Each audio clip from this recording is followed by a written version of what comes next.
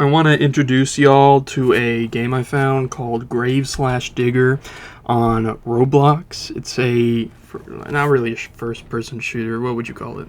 A deathmatch shooter. 32 people lobbies. Developed by Archimius. And honestly, I've never seen over 1,000 people play this game at once. It's a really cool game, so I just wanted to highlight it to my 200 subscribers. The lore is, because it shows up every time you open the game, the lore is that at the end of the First World War, two nations bombed the world, the Empire and the Nation. They have funny names at the beginning, but I didn't read them. And they bombed the world, so they all moved underground, and now they're fighting underground, and it's just two nations, and that's your teams. You're red and blue.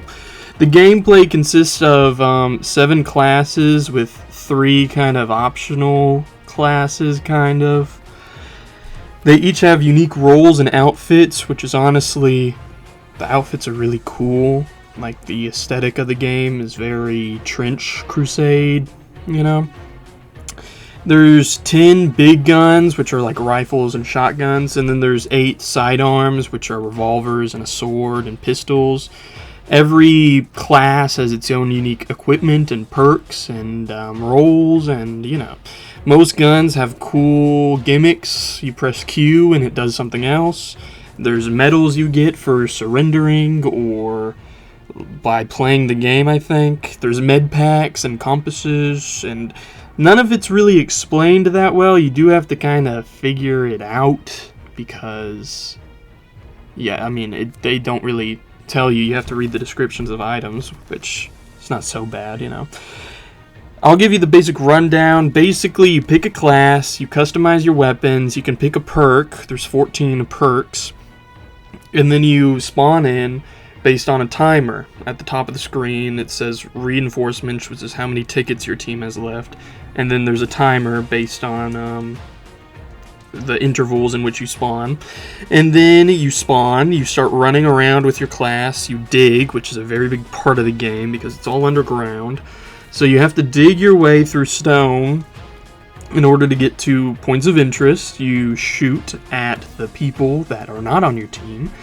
And, each round has a different kind of setup, I'll go over those shortly. But you can, you shoot them. And I will say, everyone is very sweaty on this game. It's mainly consistent of furries that don't really have employment. So imagine like the average TF2 ranked lobby, but Roblox, so it's worse. The rounds last only about 15 minutes. At the end of every round, everyone on the opposing team who runs out of tickets first is forced back to their base where they do like a last stand thing. Let's see. Everyone has a light, so you can identify who's who on whose team, besides the outfits, because they're kind of hard to see. So there's like golden lights, purple lights. There's 4 kinds of rounds. There's a 3-point capture system. There's a 3-point assault and defend, where one team has unlimited tickets and the other team has a limited ticket, and they just have to take the point and they get their tickets back. It's like another video game I've played on there before, Scorched Earth, which is a much more realistic World War I shooter. There's the Armored Train, which is really unbalanced because the Armored Train always wins. And then there's the 5-point capture, which you just go capture anything. And I'll talk about the classes because they're my favorite part of the game. The game is a little unbalanced, and one of the developers gets a lot of hate from the community. Their name is Red. I think it's a girl. Everyone hates them. That's irrelevant. So the classes are the Soldat, which is this classic gunner. He can have a gun and a sidearm or 2 sidearms. He has passive improved handling and accuracy. His equipment is some ammo pouches that he can hand out. And he's a pretty cool class. He's just your classic, run and shoot if that's what you want to do. Good at capturing the point. He's kind of the grunt man, so not you should play him probably most of the time because he's the most useful, really. There's the Rook, who's kind of the builder and miner, kind of the engineer. He can hold a gun or 2 sidearms. Every other class can only hold a gun or 2 sidearms, because the Soldat is the only one that can hold a big gun and a sidearm. Everyone else has to have 2 sidearms or only a gun, which also makes the Soldat better. He has a heavy pick, which he mines good with for a while. Basically, he mines, which is a big part of the game, so he's pretty useful. He has a regular pickaxe that he runs around and he mines big areas with. You have to resharpen it with a limited amount of sharpening stones. I think it's just 1. You can resupply those, but that's a different thing. I'm not getting into all the game mechanics. There's a lot to this game. He has a hammer where he can build barricades, barbed wire, palisades, sandbags, or ammo caches. And you'll only really be building the barricades and ammo caches, by the way. He has a bomb launcher, which has 3 charges that recharge over time. So, you know, you can like keep using it, but it's a slow recharge. This bomb launcher mines, like if someone's above you and they're hiding behind a bunch of rocks, you can launch it up there and it'll mine, they'll fall. There's no fall damage in this game, I don't think. It also knocks people over. The bomb launcher you'd think would be really powerful, but luckily it's not, because it's pretty well balanced where it gives a stun, but the stun is pretty weak and fickle, so you can't just launch it into the oncoming enemies and kill them all. There's the Mortician. They have the gimmick of making stimulant compounds that can help or hurt. I think there's like improved accuracy, improved defense, improved healing, improved speed, improved mining. They can also concoct a poison. The gimmick with that is that you can only have like 3 vials in a person at once, or they start overdosing.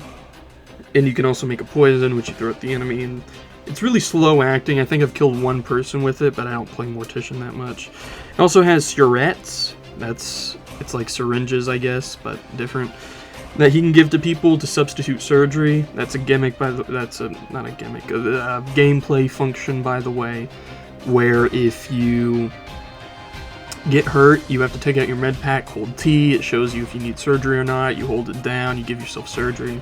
It's pretty time intensive. It takes about 10 seconds, so that's 10 seconds you're not running around, so, and you can bleed out.